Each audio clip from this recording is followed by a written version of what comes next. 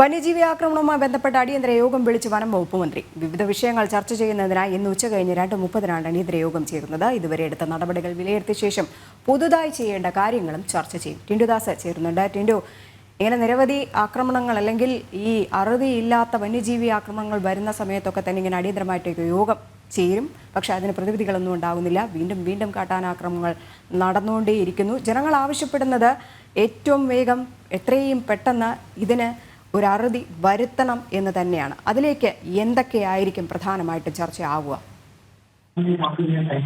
രജനി, നമുക്കറിയാം സംസ്ഥാനത്ത് കഴിഞ്ഞ അതായത് ഇന്നലെ ഇന്നുമായിട്ട് 3 പേരാണ് വന്യജീവി ആക്രമണങ്ങളിൽ കൊല്ലപ്പെട്ടത്. അപ്പൊ ഈ വിഷയങ്ങളൊക്കെ അടിയന്തരമായി ചർച്ച ചെയ്ത തീരുമാനങ്ങൾ അല്ലെങ്കിൽ തീരുമാനങ്ങൾ കണ്ടെത്താനായിട്ടാണ് ഇന്ന് അടിയന്തരമായിട്ട് യോഗം വിളിച്ചു ചേർത്തിട്ടുള്ളത്. ഇന്ന് ഉച്ച കഴിഞ്ഞ് 2:30 മന്ത്രി പങ്കെടുക്കുന്ന ഓൺലൈനായിട്ടാണ് മന്ത്രി പങ്കെടുക്കുന്ന ഓൺലൈനായിട്ടായിരിക്കും ഈ ചർച്ചകൾ നടക്കുക. അതിനുശേഷം വന്യജീവി ആക്രമണവുമായി ബന്ധപ്പെട്ട എന്തെല്ലാം നടപടികൾ ഇതുവരെ സ്വീകരിച്ചിട്ടുണ്ട്, എന്തെല്ലാം നടപടികൾ നടപ്പിലാക്കിയിട്ടുണ്ട് തുടങ്ങിയ കാര്യങ്ങളിൽ ഒരു അനലൈസ് അല്ലെങ്കിൽ തുടങ്ങിയ കാര്യങ്ങളിൽ ഒരു വിശദീകരണം നടത്തും. അതിനുശേഷം ഇനി എന്ത് ആശയമാണ് മുന്നോട്ട് വെക്കേണ്ടത്, വന്യജീവി സംഘർഷങ്ങൾ, അതുപോലെ തന്നെ വന്യജീവി ആക്രമണവുമായി ബന്ധപ്പെട്ട ഇത്തരത്തിലുള്ള അപകടങ്ങൾ ഉണ്ടാകാതിരിക്കാൻ എന്തെല്ലാം ആശയങ്ങൾ മുന്നോട്ട് വയ്ക്കാൻ പറ്റും, ഈ കാര്യങ്ങൾ എങ്ങനെ നടപ്പിലാക്കാൻ പറ്റും തുടങ്ങിയ വിഷയങ്ങളിലാണ് ചർച്ച നടത്തുക. അതിൽ ഈ വനം വകുപ്പിലെ ഉന്നത ഉദ്യോഗസ്ഥരും അതോടൊപ്പം തന്നെ വനം വകുപ്പ് മന്ത്രിയും ഈ യോഗത്തിൽ പങ്കെടുക്കും. അതുപോലെ തന്നെ ഇതിനുശേഷം ജനപ്രതിനിധികളുമായി സംസാരിക്കും. അതിനുശേഷം റവന്യൂ ഡിപ്പാർട്ട്മെന്റുമായിട്ടും അതുപോലെ തന്നെ ബന്ധപ്പെട്ട മേഖലകളിലെ ജില്ലാ കളക്ടറുമായിട്ട് സംസാരിക്കും. അതിനുശേഷമായിരിക്കും തീരുമാനങ്ങൾ എടുക്കുക. ഈ തീരുമാനം നടപ്പിലാക്കുന്ന രീതിയിലായിരിക്കും ഇന്നത്തെ യോഗത്തിലെ പ്രധാന ചർച്ചാ വിഷയമെന്നാണ് അറിയാൻ സാധിക്കുന്നത്. എന്തായാലും ഇന്ന് ഉച്ചയ്ക്ക് 2:30 കൂടിയാണ് വന്യജീവി സംഘർഷങ്ങളിലും വന്യജീവി കഴിഞ്ഞ ഒരു മാസം മാത്രം 3 ജീവനുകളാണ് ഇത്തരത്തിൽ വന്യജീവി ആക്രമണങ്ങൾ പൊലിഞ്ഞത്. കാട്ടാനാക്രമണത്തിൽ മാത്രം വയനാട്ടിൽ നമ്മൾ കണ്ടു സമാധാനങ്ങളില്ലാത്ത സംഘർഷമൊക്കെ തന്നെ. ആ സമയത്തും ഇതുപോലെ തന്നെ അടിയന്തര യോഗം ചേരുകയൊക്കെ ചെയ്തു. പക്ഷെ അതിൽ യാതൊരു പ്രതിവിധിയും ഉണ്ടായിട്ടില്ല. ഒപ്പം ഇന്നലെ ഈ കോഴിക്കോട് നടന്ന സംഭവത്തിൽ വലിയ പ്രതിഷേധമുണ്ടായപ്പോൾ ഈ വനം വകുപ്പ് മന്ത്രി A.K. ശശീന്ദ്രൻ പറഞ്ഞൊരു വാചകമുണ്ട്, ജനങ്ങൾ വെറുതെ ബഹളമുണ്ടാക്കുകയാണ്, ഈ ബഹളമുണ്ടാക്കുന്നതിൻ്റെ കാര്യം അല്ലെങ്കിൽ ഈ പ്രതിഷേധിക്കേണ്ട കാര്യമൊന്നുമില്ല. അപ്പോൾ ഒന്നും തന്നെ ജീവന്റെ വില എന്താണെന്ന് മന്ത്രിക്കും അറിയില്ല. ഒപ്പം അതിനു വേണ്ടിയിട്ടുള്ള നടപടികൾ എടുക്കാൻ തയ്യാറാകുന്നുമില്ല. വെറുതെ ഒരു പ്രഹസനമായിട്ട് തന്നെ ഈ അടിയന്തര യോഗത്തെയും കാണേണ്ടതില്ലേ?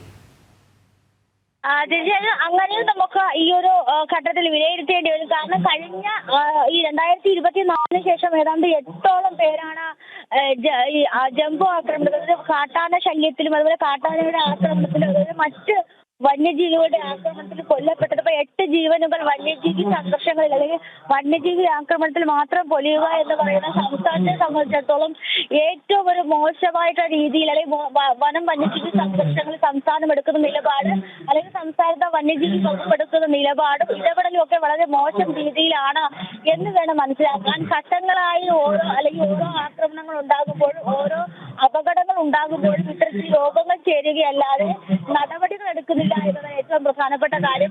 അത് ഇനിയിപ്പോൾ ഈ വന്യജീവി ആക്രമണങ്ങൾ നടക്കുന്നതിന് മുമ്പ് അല്ലെങ്കിൽ ഈ മേഖലകളുമായി ബന്ധപ്പെട്ടുള്ള ഈ CCTV ഉൾപ്പെടെ ഏതാണ്ട് 250 CCTVകൾ ഈ വനമേഖലയുമായി ബന്ധപ്പെട്ട് സ്ഥാപിക്കുമെന്നും അതോടൊപ്പം തന്നെ വന്യജീവികളുടെ സഞ്ചാരപാത, അതായത് കാട്ടിൽ നിന്നും നാട്ടിലേക്കുള്ള സഞ്ചാരപാതകൾ വ്യക്തമായിട്ട് കണ്ടെത്തുന്നതും അതനുസരിച്ചുള്ള നിർദ്ദേശങ്ങൾ മുൻകൂട്ടിയായി ഈ മേഖലകളിൽ ജീവിക്കുന്നവർക്ക് ഈ മേഖലകളിൽ ജീവിക്കുന്ന ആളുകൾക്ക് നൽകുമെന്നൊക്കെ കഴിഞ്ഞ ഒരു 2 ആഴ്ചയ്ക്ക് മുന്നോടിയായിട്ടാണ് ഒരു അവലോകന യോഗത്തിന് ശേഷം മുന്നോട്ട് വെച്ച ആശയം.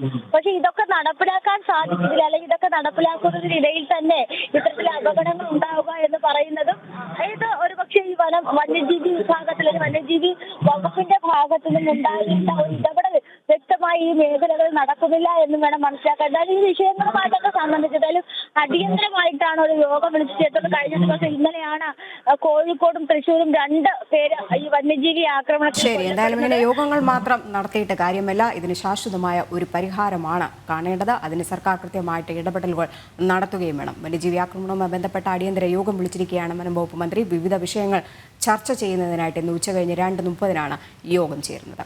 ടിൻഡുദാസാണ് വിവരങ്ങൾ പങ്കുവച്ചത്.